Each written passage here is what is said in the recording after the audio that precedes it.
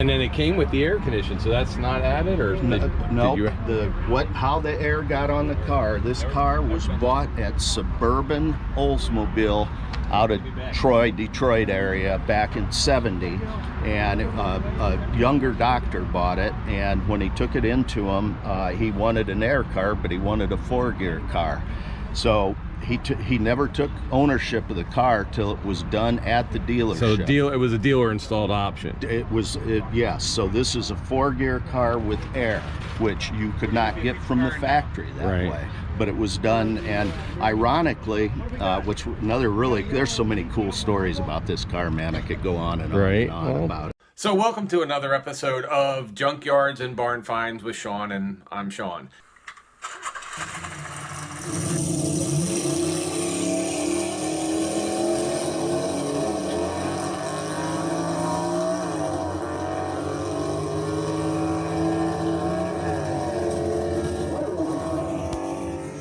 Hey guys, it's September 11th, Saturday morning. There's gonna be a lot of stuff today, and as a veteran, you guys know we're out, but today we're just gonna do American muscle stuff. That's it. We're not doing anything other American. We're kind of celebrating September 11th with American muscle, and we are in Naples, and what just pulled up was a guy named Scott, and Scott has this beautiful real 442 W30, and they are a rare breed. And is this what, a 69? 71, okay. Yep. So 71 442, it's almost got the Hearst old colors on it. So we didn't really see many of these when we were at Carlisle this year at the GM show, so Scott said he wouldn't mind talking about his for a little bit, and we can get a little bit deeper into it. So Scott, tell me a little bit, how'd you get the car, how long you owned it, all that stuff. How I came across this car, I always wanted a W30, and my brother-in-law, Bobby Comark, knew I wanted one, and one day called me and said, hey, I just bought another car for my collection. He had 7-8 cars, and he lived in Battle Creek, Michigan, and I lived in a little town called Edwardsburg, Michigan, about an hour, 40 minutes away from him. It was a Wednesday. I had little kids. He said, you got to come up and see this car. I said, no, I got to go to work in the morning. He said, no, you got to come. So I went up to Battle Creek, and there it sat. And so I laid eyes on it, and we joked a little bit about it. He closed the door, and because I said, you found my car, and he goes, well, you never know, someday maybe.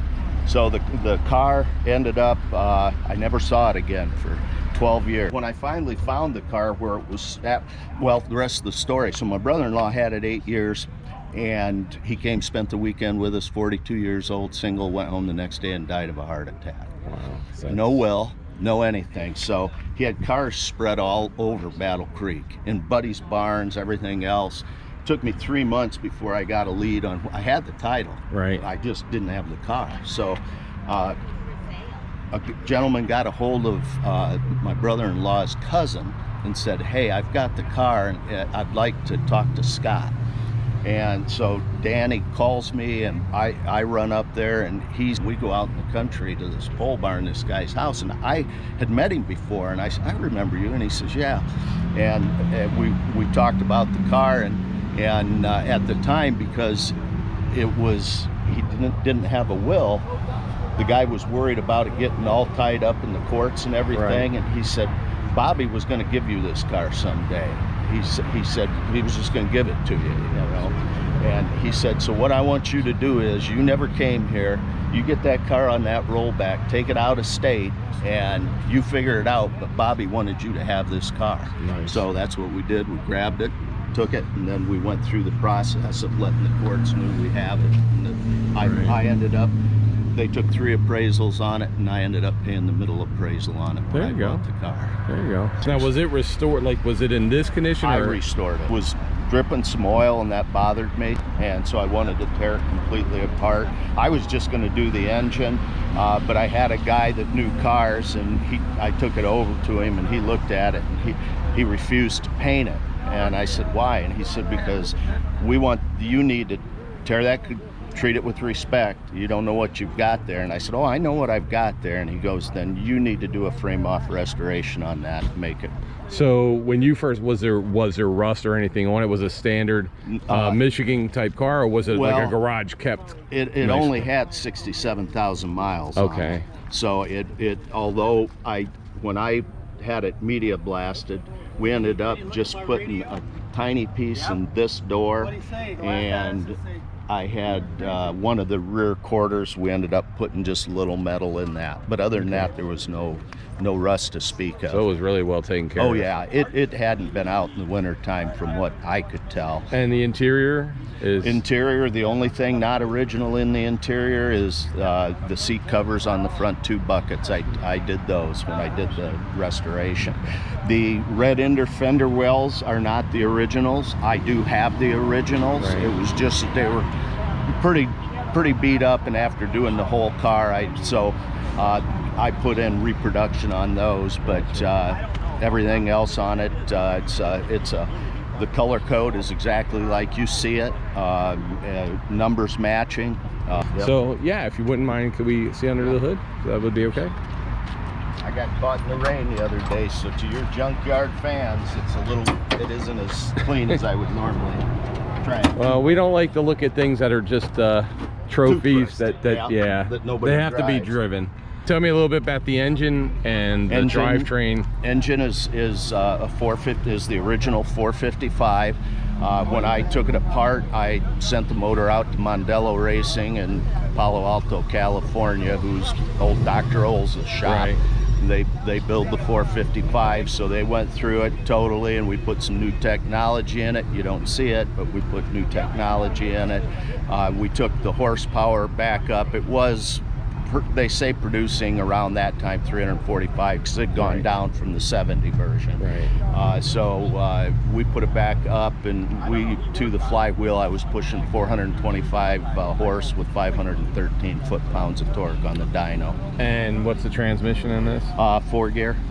And then rear end? Rear end, I have the original 390 gears, but I wanted to get it out and drive it a little more comfortably, right. So I've got 342s in it now. Okay.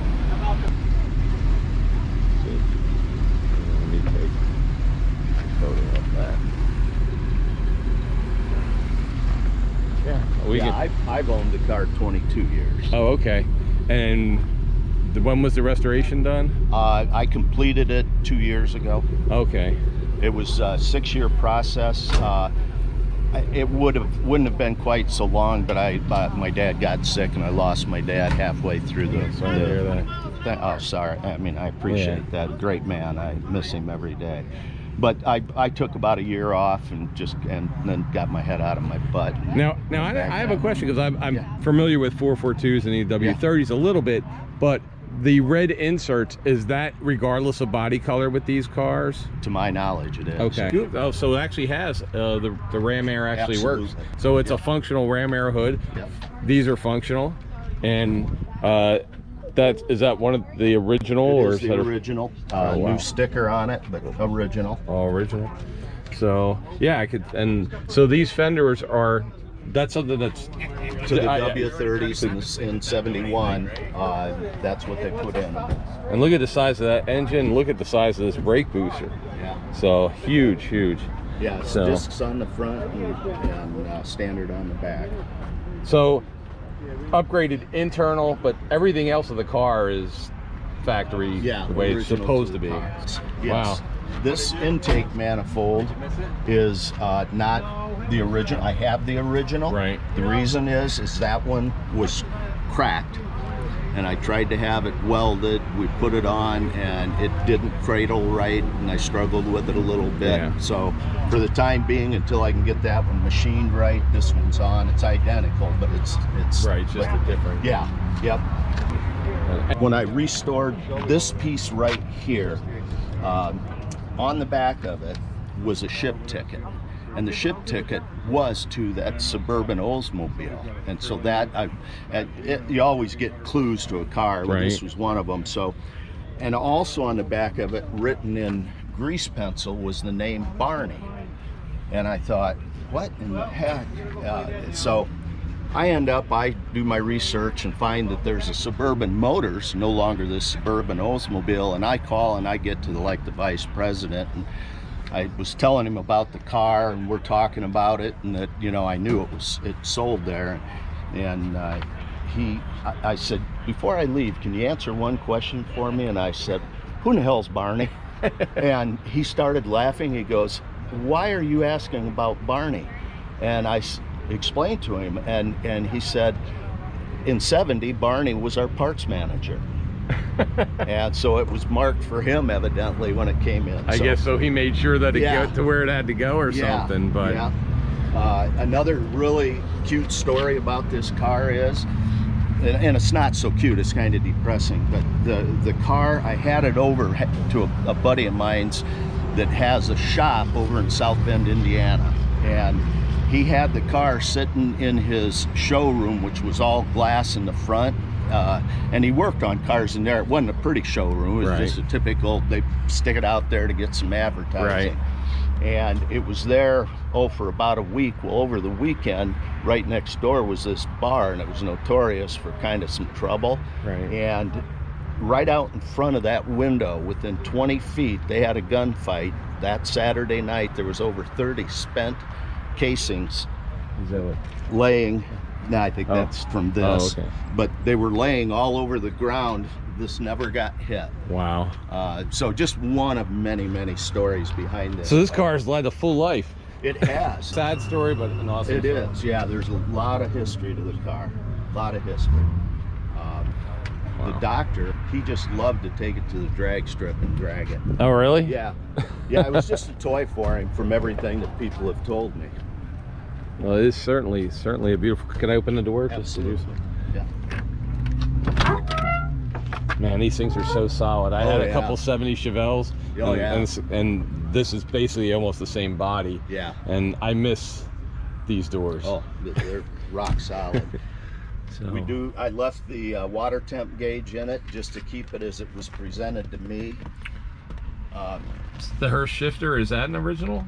It was when they put it in at the dealership. Yep. Right, so that's another when dealer. they Well, I mean, Don Yanko. Yeah. You know, all the if you get a Yanko, that wasn't factory, that was Don. Don. So it's the same thing with this. So, so when people say, well, they're not factory, no, but a dealer option sometimes is even more rare than. Yeah, exactly. And more valuable. Yeah. So. Yeah, one. Oh, you've got the 8-track system in here. Yep. The Oldsmobile 8-track. 8-track that came with the car. Look at this. So I just got the car down to Florida a couple of months ago. Right. I was gonna leave it in Michigan because 2 years ago, when COVID hit, this car was scheduled to be shown at the Muscle Car and Corvette Nationals in Chicago. Okay. Great Bob Ashton guy puts it on. Phenomenal guy, just a phenomenal guy.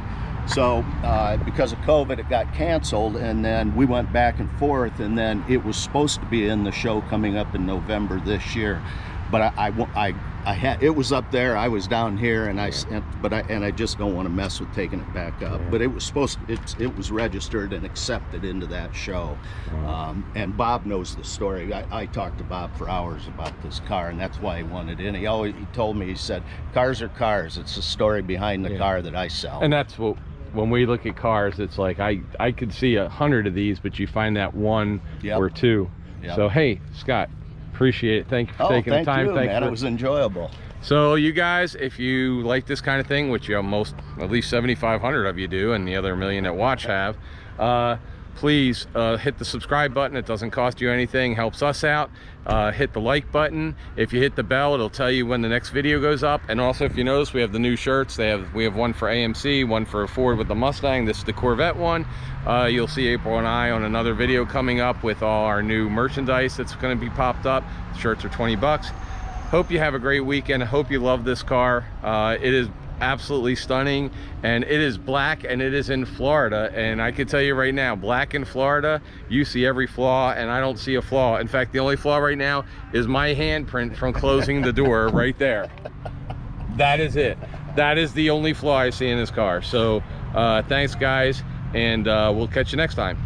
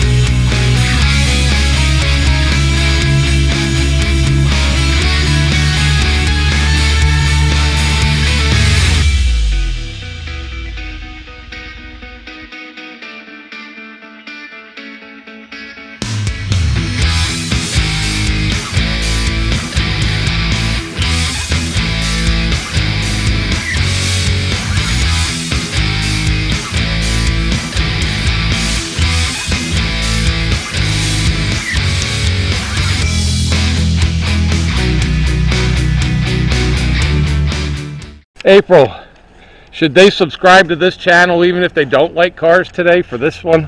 Probably just for this one.